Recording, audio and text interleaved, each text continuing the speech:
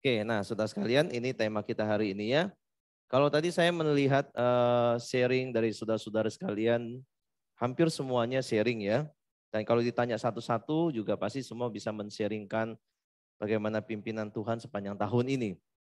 Jadi saya mendengar, hati saya juga sangat bersyukur kepada Tuhan.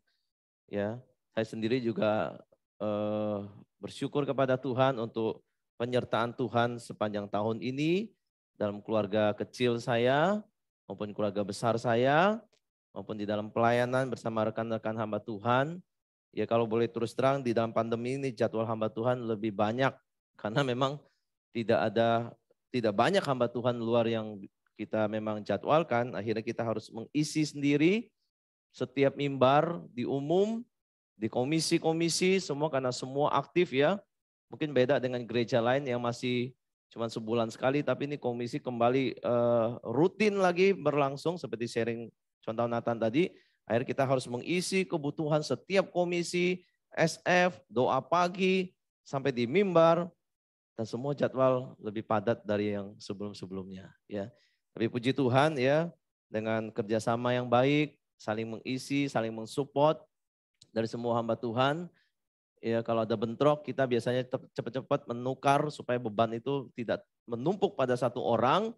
Akhirnya beban itu bisa terbagi ya dan kita bisa menjalani pelayanan. Semua jadwal khotbah, renungan, ya, pemberitaan firman boleh berlangsung dengan baik. Bahkan setiap rekaman-rekaman dari video itu semua bertujuan untuk mengisi kebutuhan. Tadi seperti yang di-sharingkan Ko Engko ya. Memberikan mengisi kebutuhan di masa pandemi ini baik dengan video, dengan Zoom maupun dengan khotbah tatap muka, semua berusaha untuk disediakan. Ya, dan itu untuk menyediakan sebuah renungan itu bukan hal yang mudah, Saudara ya. Tapi bersyukur Tuhan sudah memberi kekuatan kami dalam keadaan sehat bisa menjalani semua pelayanan sampai akhir ini. Ini adalah renungan terakhir ya di tahun ini. Ya nanti minggu depan sudah mulai jadwal yang baru lagi. Bersyukur kepada Tuhan, Saudara ya. Makanya kenapa saya menggumulkan tentang tema ini, tentang Immanuel. Karena saya yakin ya tema Immanuel ini bukan hanya tema yang kita bahas waktu Natal, tapi ini menjadi tema yang sangat penting di dalam sepanjang hidup kita bahkan ya. Di akhir tahun kita merasakan tadi kata-kata penyertaan itu banyak keluar dari mulut saudara yang sharing ini. Immanuel, Allah beserta dengan kita. Itu ya, itu tema yang sangat kuat sekali. Injil Matius ya waktu mencatat ini di Matius sebentarnya jadi lag. Oke. Saudara ya, Injil Matius mencatat di pasal 1 ayat 21 sampai 23 ya. Ini memang dalam suasana Natal, tapi kita akan lihat tema ini di sepanjang Alkitab kita nanti. Ya, di situ dikatakan Matius 1 ayat 21, ia akan melahirkan seorang anak laki-laki dan kau akan menamakan dia Yesus karena dialah yang akan menyelamatkan umatnya dari dosa mereka. Hal itu terjadilah supaya genaplah yang difirmankan oleh Nabi. Jadi saudara ada korelasinya ini dengan perjanjian lama jelas ya. Sebab sesungguhnya anak darah itu akan mengandung dan melahirkan seorang anak laki-laki dan mereka akan menamakan dia Immanuel yang berarti Allah menyertai kita. Ya. Saudara sekalian, Matius mencatat ini adalah inti dari Natal. Tapi inti Natal ini juga adalah kutipan dari perjanjian lama. Ya, kutipan dari perjanjian lama. Jadi ini inti Natal tidak ada yang lain kecuali ini ya, Immanuel ini. Allah Immanuel ini. Tapi ini juga punya korelasi dengan perjanjian lama. Yaitu di Yesaya yang sering kita juga sudah tahu. Ya, dikatakan sebab itu Tuhan sendirilah yang akan memberikan kepadamu suatu pertanda. Sesungguhnya seorang perempuan muda mengandung dan akan melahirkan seorang anak laki-laki. Dan ia akan menamakan dia Immanuel. Saudara sekalian, lihat ya. Lewat kutipan ini sebetulnya Matius ingin menyatakan bahwa penggenapan utama dari nubuat itu adalah Yesus. Pribadi Allah yang kedua ini. Yang dilahirkan, dikandung oleh Roh Kudus dan menjadi Allah yang menyertai kita. Saudara, saya berharap tema ini sungguh-sungguh menjadi tema yang kita imani, kita yakini sebagai orang Kristen. Seperti apa bentuk penyertaan Tuhan, saudara pasti merasakan. Ya, dan apa arti penyertaan Tuhan, saudara juga sudah menyatakan lewat kesaksian-kesaksian itu. Ya, nah, kalau kita sungguh-sungguh menjadi orang-orang percaya, anak-anak Tuhan, saudara, harusnya kita mengerti arti Immanuel ini di dalam hidup kita. Ini bukan, sekali lagi, bukan hanya tema yang kita bicarakan saja soal berkaitan dengan Natal, tapi ini kita akan lihat sepanjang sejarah perjanjian lama dan baru. Bagaimana Tuhan beserta dengan umatnya. Saudara, dia mengatakan topik Immanuel ini sangat penting dalam sejarah umat Tuhan di perjanjian lama sampai perjanjian baru. Ada satu jurnal akademik menuliskan begini. Ya, perjanjian lama sebagai suatu kesatuan dan keberlanjutan dengan perjanjian baru dalam hal keselamatan Allah. Jadi perjanjian lama dan baru itu punya benang merah, punya keberlanjutan, ya, kesinambungan itu di dalam hal keselamatan yang dari Allah. Sejarah keselamatan Allah. Jadi kesatuan dan keberlangsungan ini tidak lain, intinya adalah Immanuel itu. Allah itu yang hadir di tengah-tengah umatnya. Immanuel itu. Nah, kalau kita lihat, saudara, perhatikan di dalam perjanjian lama. Ya, di dalam perjanjian lama kita tahu umat Tuhan itu keluar dari perbudakan Mesir, Tuhan sudah menyertai mereka. Di Keluaran 13 ayat 21. Di situ dikatakan, ya, Tuhan berjalan di depan mereka pada siang hari dalam tiang awan untuk menuntun mereka di jalan. Dan pada waktu malam dalam tiang api untuk menerangi mereka. Sehingga mereka dapat berjalan siang dan malam. Saya perhatikan, ya, selama di dalam perjalanan di padang gurun itu, Tuhan memimpin mereka, Tuhan beserta dengan mereka. Ya, waktu mereka keluar Mesir itu sudah dijanjikan, sudah dikatakan seperti itu, Tuhan itu berjalan di depan mereka. Ya, itu kalau bukan artinya Tuhan menyertai mereka apa, saudara? Jelas Tuhan berjalan, artinya Tuhan beserta dengan mereka. Dalam tiang awan, tiang api menuntun mereka jalan siang dan malam. Bahkan, saudara, ya, waktu umat Tuhan keluar dari Mesir, mereka kan dikejar oleh tentara Firaun. Tiang awan itu langsung itu bergerak ke belakang menghadapi musuh. Ya, untuk mencegah mereka. Sebelumnya ada di depan karena ingin membelah laut di situ. Ya, suara Tuhan berkata kepada Musa. Kemudian tiba-tiba di belakang ada deru kuda yang begitu banyak, debu yang begitu menggebul. Orang Israel ketakutan, umat Tuhan ketakutan. Tetapi tiang awan itu langsung bergerak ke belakang. Itu menyatakan ada perlindungan, ada pertolongan, ada kelepasan yang Tuhan mau kerjakan. Karena dia Immanuel di situ. Dia berjalan di depan mereka. Selama 40 tahun kita melihat penyertaan Tuhan yang luar biasa terhadap umatnya. Ada banyak musuh di dalam perjalanan di Mesir itu. Di dalam perjalanan keluar dari Mesir ke Kanaan. Di padang gurun. Itu banyak tantangan, banyak bahaya, banyak musuh di situ.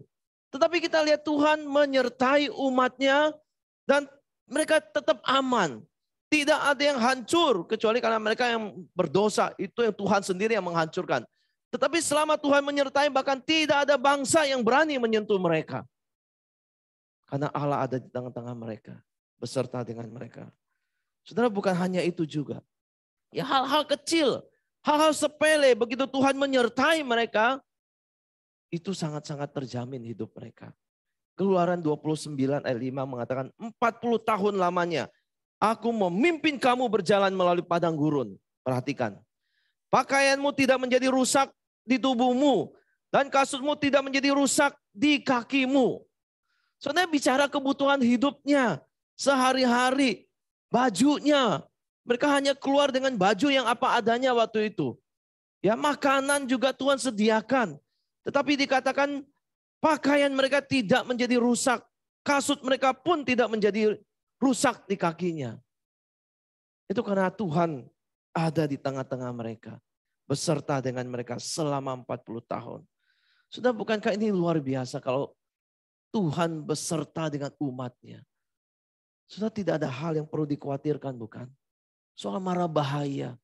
soal tantangan di depan, soal musuh yang akan menghancurkan, akan mengancam.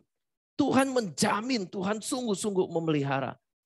Bahkan baju kasut pun Tuhan jamin tidak akan kekurangan, tidak akan rusak. Saudara, ini luar biasa Allah yang Immanuel beserta dan memelihara. Supaya kamu tahu, kata firman Tuhan, bahwa akulah Tuhan Allahmu. Akulah Tuhan Allahmu yang menyertaimu. Sudah, mari kita yakini ya. Kalau kita ada kegentaran-kegentaran tertentu di dalam hidup ini menghadapi tahun yang akan datang. Ya, mari kita ingat kembali sejarah umat Tuhan awal-awal. Bagaimana Tuhan memimpin mereka. Perjalanan padang gurun sekali bukan perjalanan yang mudah. Perjalanan yang bukan setahun, 2 tahun, 40 tahun. Bagaimana Tuhan bisa menjamin ini semua tetap mereka bisa nikmati. Mereka tidak mati kelaparan. Mereka tidak kekurangan kedinginan karena pakaian mereka yang rusak atau jadi compang-camping. Kaki mereka terjaga dengan utuh karena ada kasut yang tidak pernah rusak itu. Oh saudara, ini detail-detail seperti ini membukakan kepada kita, bukan? Hal kecil pun Tuhan perhatikan dari umatnya. Waktu Allah menyertai mereka. Mari kita ketika akan memasuki tahun yang baru. Kita juga tidak tahu di depan seperti apa. Tapi kalau berkaca dari sejarah, Tuhan tidak pernah berubah itu. Tuhan tidak pernah berubah di dalam menyertai.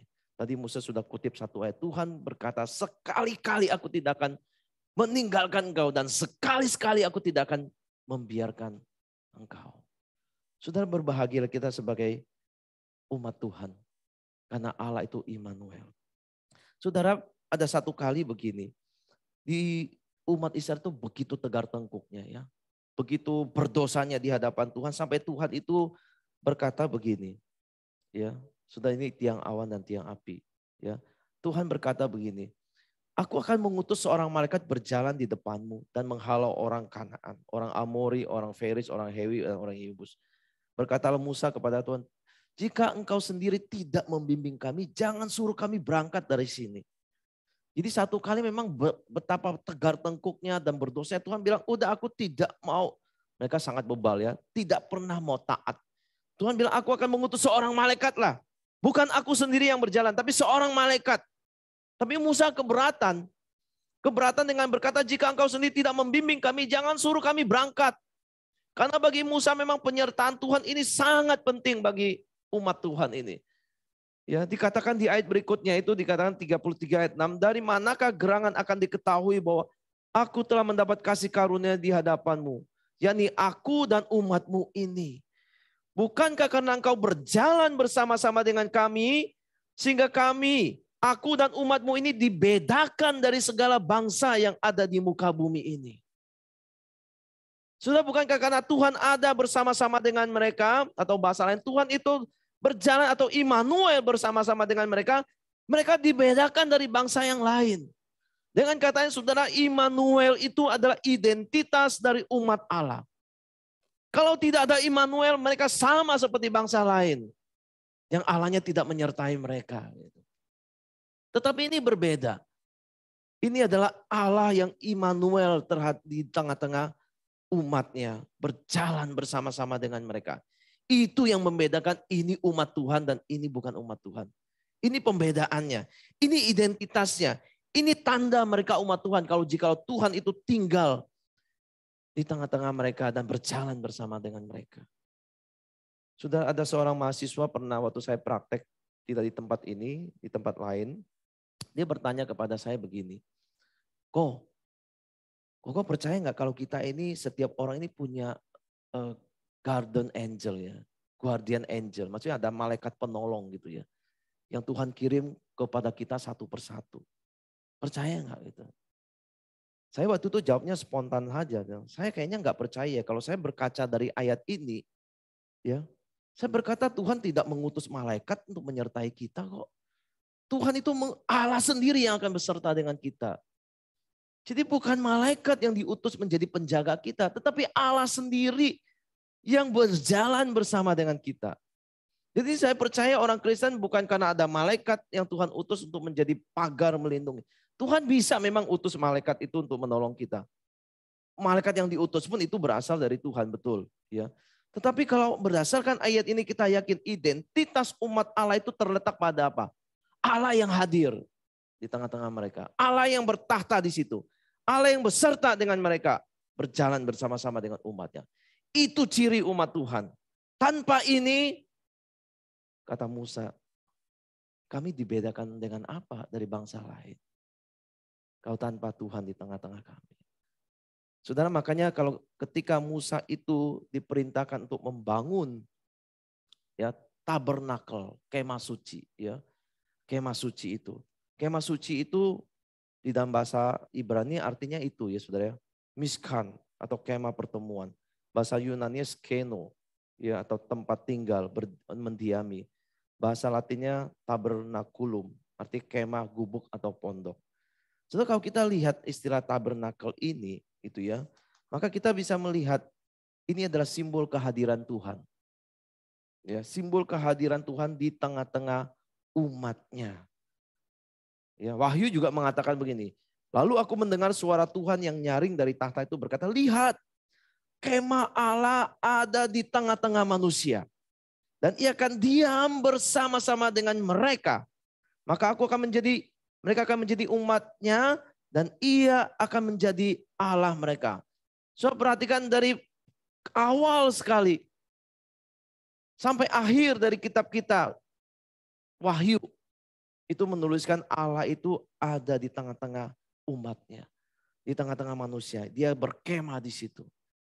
Saudara, jadi tema sepanjang Alkitab kita ini adalah tema Immanuel. Allah itu menyertai, Allah hadir menyertai umatnya. Saudara, kita lihat ya meskipun kemah suci yang dibangun nanti kita lihat. Ya, ini kemah suci itu kalau saudara lihat posisinya itu selalu ada di tengah-tengah. Ya, ada 12 suku, ada 3 yang di utara, 3 di barat, 3 di selatan, 3 di timur berkemah. Jadi semua mengelilingi kemah suci. Kemah suci itu ada di tengah-tengah. Ya, kalau mereka mau berangkat, biasanya awannya akan naik. Ya. Lalu orang lihat awan naik, berarti mereka akan copot-copotin semua kemah. Ya, tugas kemah suci itu imam-imam yang bertugas, yang lain urusin kemah masing-masing. Mereka berkemah, mereka bongkar kemah, lalu mereka jalan. Nanti sampai di satu tempat awan itu akan turun, berarti mereka akan menginap di situ, langsung mereka gelar kemah itu. Kemah suci itu tetap di tengah-tengah waktu mereka bergerak. Jadi pimpinan komando itu semua dari kemah suci. Tempat di mana simbol kehadiran Tuhan itu ada di situ. Ya, ini tidak permanen, ini bongkar pasang. Saudara. Sampai akhirnya nanti di zaman monarki, zaman kerajaan, ini baru bait suci namanya. Ya, Salomo bangun bait suci ini ya, kira-kira tahun 957 dan tabut Allah dipindahkan di situ. Maka kemuliaan Tuhan berkenan hinggap di situ. Ayat ini mengatakan begini. Pada waktu itu berkatalah Salomo, Tuhan telah menetapkan matahari di langit. Tapi ia memutuskan untuk diam dalam kekelaman. Tuhan itu sebetulnya ada di langit di atas gitu ya. Tetapi dia memutuskan untuk diam dalam kekelaman. Di dalam dunia ini. Di tengah-tengah umatnya. Sekarang aku telah mendirikan rumah kediaman bagimu. Tempat engkau menetap selama-lamanya. Itu perkataan Salomo ya. Tetapi sayang saudara. Bait suci yang megah yang dibangun itu akhirnya dihancurkan bukan? Dihancurkan karena dosa orang Israel sendiri. Lalu dibangun kembali lagi. Tapi dihancurkan lagi. Saudara, bait Salomo, bait suci ini dibangun beberapa kali dan dihancurkan beberapa kali. Semua ini menggambarkan sebenarnya itu hanyalah sementara. Tempat sementara untuk Allah hadir di tengah-tengah umatnya. Saudara ya, penyertaan yang sempurna itu di mana? Di hari Natal itu. Melalui anaknya. Bait suci itu hanya wadah sementara untuk Tuhan hadir. Immanuel situ. Tetapi Immanuel yang sesungguhnya itu adalah melalui anaknya. Maka Yohanes mengatakan begini, firman itu telah menjadi manusia dan diam di antara kita. Dan kita telah melihat kemuliaannya, yaitu kemuliaan yang diberikan kepadanya sebagai anak tunggal Bapa, penuh kasih karunia dan kebenaran. Kata yang saya garis bawah, diam di antara kita itu artinya berkemah. Ya, Tuhan itu berkemah, diam di antara umatnya. Itu Immanuel, Allah beserta dengan kita. Jadi saudara, semua bentuk penyertaan atau kehadiran Tuhan di dalam perjanjian lama, baik tiang awan, tiang api, kemah suci, ya bentuk semua nubuatan itu akhirnya digenapi di dalam satu pribadi, Tuhan Yesus yang lahir di palungan. Ya, termasuk nubuatan Yesaya tadi tentang Immanuel. Semua digenapi di dalam pribadi Allah. Allah mengutus anaknya untuk diam bersama dengan kita selama-lamanya. Selama-lamanya. Saudara ya, jadi dia hadir di tengah-tengah kita, menjadi manusia, sama dengan kita, tinggal bersama kita, dan dia memimpin hidup kita. Dia mengalahkan musuh terbesar, ya, halangan terbesar di dalam iman kita, yaitu dosa, keinginan-keinginan yang melawan kebenaran, dan kuasa-kuasa iblis, maut semuanya dipatahkan. Dan dia memimpin kita sampai kepada kekekalan. Saudara, kebenaran ini sangat penting bagi kita. Ya, Immanuel itu sangat penting bagi hidup kita sebagai anak-anak Tuhan ini. Saudara, Matius kalau kita perhatikan memulai Injilnya dengan Immanuel, Allah menyertai kita di pasal 1, maka kita lihat di pasal 28 ayat 20 itu ditekankan lagi, ya, yang dikenal dengan amanat agung itu. Di situ dikatakan, ya, dan ketahuilah aku menyertai kamu senantiasa sampai kepada akhir zaman. Matius yang mencatat, halaman pertama Injilnya, dia mengatakan Allah itu Immanuel. Halaman terakhir pasal 28, dia berkata Tuhan sendiri, Tuhan Yesus berkata, aku menyertai kamu senantiasa sampai kepada akhir zaman. Saudara, ini sungguh indah bukan? Allah itu Allah kita adalah Allah yang beserta menyertai kita. Ya, bahkan kalau kita lihat di dalam Taman Eden, Allah sudah tinggal bersama-sama dengan Adam di sana, beserta dengan umat yang diciptakan, anaknya sendiri. Ya, di dalam perjalanan umat Tuhan, Tuhan pun tinggal beserta dengan mereka. Di dalam pribadi Kristus sekarang, meskipun Kristus sudah ada di surga secara fisik, tapi rohnya itu tidak hanya ada di surga, tapi dia tinggalkan, ada di bumi ini juga untuk menyertai setiap kita anak-anak Tuhan. Saudara sekalian, ini luar biasa. Allah memberikan penyertaan yang sempurna di dalam hidup kita, hari-hari kita. Allah itu senantiasa Immanuel di tengah-tengah umatnya. Barangkali kita yang harus menyadari betul-betul, ya, menyadari kehadiran Immanuel ini. Allah tidak pernah absen di dalam hidup kita. Yang sering menjadi masalah ada kita kurang peka melihat kehadiran Tuhan. Kita yang kurang peka untuk memahami arti kehadiran Tuhan itu di dalam hidup kita. Sudah di dalam tahun ini saja, dari kesaksian saudara-saudara, sharing saudara-saudara, itu sudah membuktikan penyertaan Tuhan. Allah itu hidup di tengah-tengah umatnya. Gereja Tuhan selama masa pandemi ini tetap boleh eksis dan bertahan. Itu karena Tuhan ada di tengah-tengah umatnya. Di tengah-tengah gerejanya menyertai kita semuanya. Sudah tahun ini kita sudah lalui. Ya, kita sudah lewati. Dan mari kita menatap ke tahun depan dengan iman yang sama. Tuhan tidak pernah berubah di dalam menyertai. Immanuel itu senantiasa sampai kepada akhir zaman. Yang perlu kita sadari dari kita adalah apakah kita mau berjalan bersama dengan Tuhan atau tidak. Tuhan berjalan di tengah-tengah ini. Kita yang mau berjalan di jalannya atau kita yang menyimpang ke kiri, nanti sebentar ke kanan, sebentar kita ke belakang gitu. Akhirnya mungkin kita yang tidak merasakan penyertaannya. Padahal dia ada di tengah-tengah kita. Dia sudah berjanji aku menyertai engkau senantiasa sampai kepada akhir zaman. Maka dalam tahun depan seperti apa kita akan berjalan. Mari kita komitmenkan diri kita untuk berjalan bersama Allah yang Immanuel ini. Dalam bisnis kita jalankan dengan sebaik-baiknya. Dengan hati yang takut akan Tuhan. Di dalam studi kita jalankan juga dengan hati yang sungguh-sungguh bersandar Tuhan. Dalam rumah tangga kita jalankan juga bersama-sama dengan Tuhan. Di dalam pelayanan kita yang kita katakan juga mungkin besar. Dan kita tidak tahu juga apa yang terjadi di depan ini. Gelombang apa lagi yang akan muncul setelah pandemi ini lagi. Seperti di padang gurun.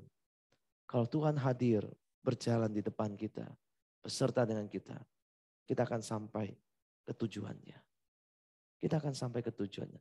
Kita akan bisa melalui bahkan membelah laut untuk kita bisa berjalan di situ.